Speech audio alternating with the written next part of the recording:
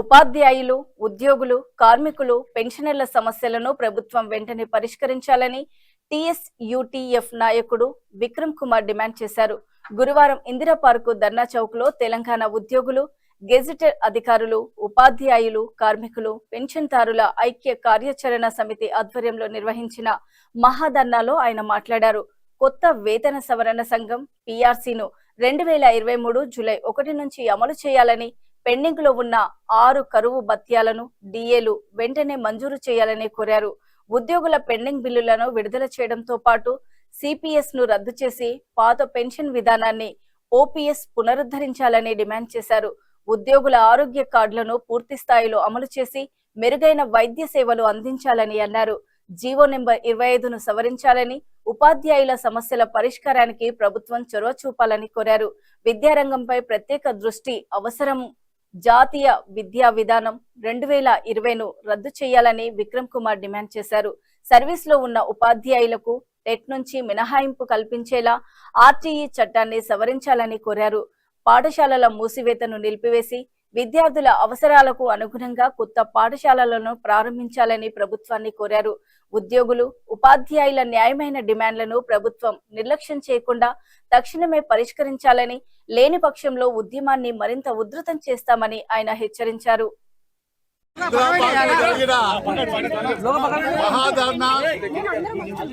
దాదాపు 5,000 మంది ఉద్యోగులు రావడం, ఉద్యోగులు, గెస్టెడ్ అధికారులు, ఉపాధ్యాయులు ఎన్ని పనులున్నా మేము కూడా ఆఫీసులో డిస్టర్బ్ కాకుండా అందులో 50% రావాలి, 50% అక్కడ ఉండమని చెప్పిన సందర్భంలో 5,000 రావడం, 33 జిల్లాల్లో బ్రహ్మాండంగా సక్సెస్ కావడం, మా నిరసనని ప్రభుత్వానికి, మన ముఖ్యమంత్రి గారికి తెలియాలని.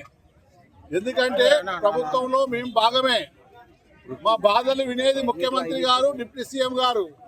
కానీ ఆ రోజు కూర్చుండబెట్టి మేము చెప్పిన డిమాండ్లను కూడా వాళ్ళు నెరవేరుస్తామని చెప్పి ఇప్పటికీ దాదాపు 6-7 నెలలు అవుతున్నా కొన్ని సమస్యలు పరిష్కారమైనవి, కొన్ని సమస్యలు పరిష్కారం కాలేదు.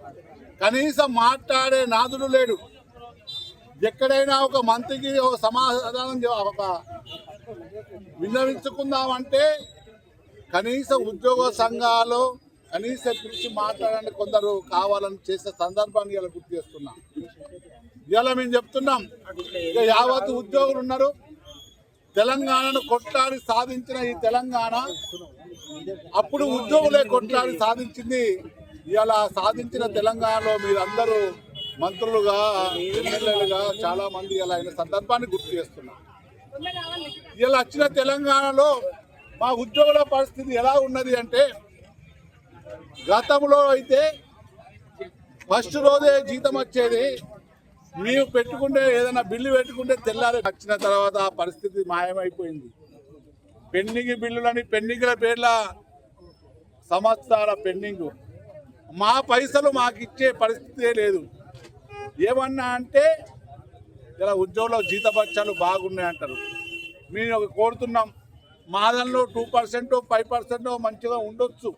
ఎందుకంటే వాళ్ళకి ఆస్తులు ఉండి తాత ముత్తాత భూములు ఉన్నాడు. 90% ఇలా ఉద్యోగులు దీనస్థితిలో ఉన్నారు. మా ఉద్యోగులు హైదరాబాద్లో ఇంత కష్టపడ్డ గెస్టెడ్ అధికారికి కనీసం ఉండడానికి ఇల్లు లేని పరిస్థితిలో ఉన్నది. మీరు వీకర్ సెక్షన్కు ఇల్లు కట్టిస్తా అని చెప్పారు.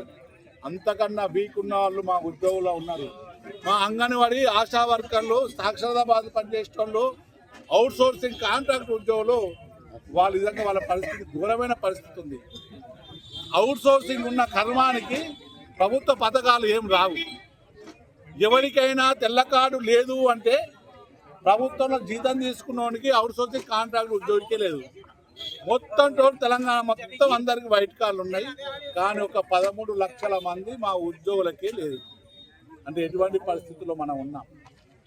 మీరు ఫీలు ఇచ్చుకుంటే మాకు సంబంధం లేదు, కానీ మా జీతభత్యాలు ఆపి మీరు ఫీల్ ఇచ్చే రైట్ మీకు లేదని మీ అలా ప్రభుత్వం